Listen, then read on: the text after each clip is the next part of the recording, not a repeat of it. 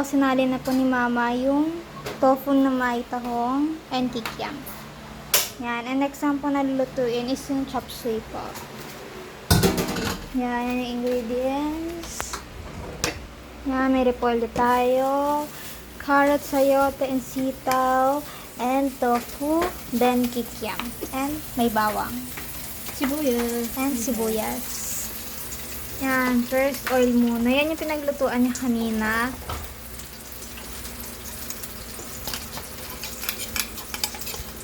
Una niya nilagay yung bawang.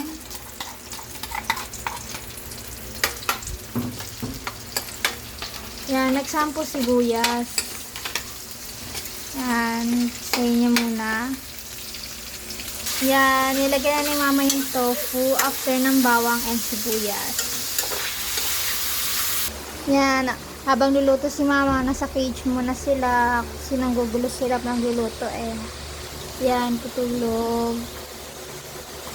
Bye-bye!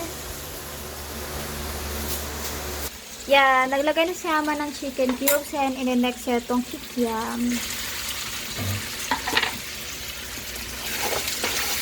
Yan, hahalu-haluin lang yan. Yan, ito na yung ingredients na hindi pa nalalagay. Yan. Yung repolyo, carrot, sayote, and sitaw. Yan, next na ni Mama yung carrot, sayote, and sitaw. Yan, ihahalo niya dun sa mga previous niyang ingredients na nilagay. Yan. Mukha na siyang chop suey kasi may gulay na. Then, das na lang itong repolyo. Yan, next po, repolyo.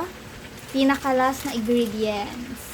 Yeah, tapos na po yung dalawang putahing ulam natin. And kakain na po kami. Yan po. Yan yung ulam. Nagsandok lang kami ng kanin and nakaready na yung mga plato. Yun lang po everyone. Happy Saturday po sa lahat and stay safe po.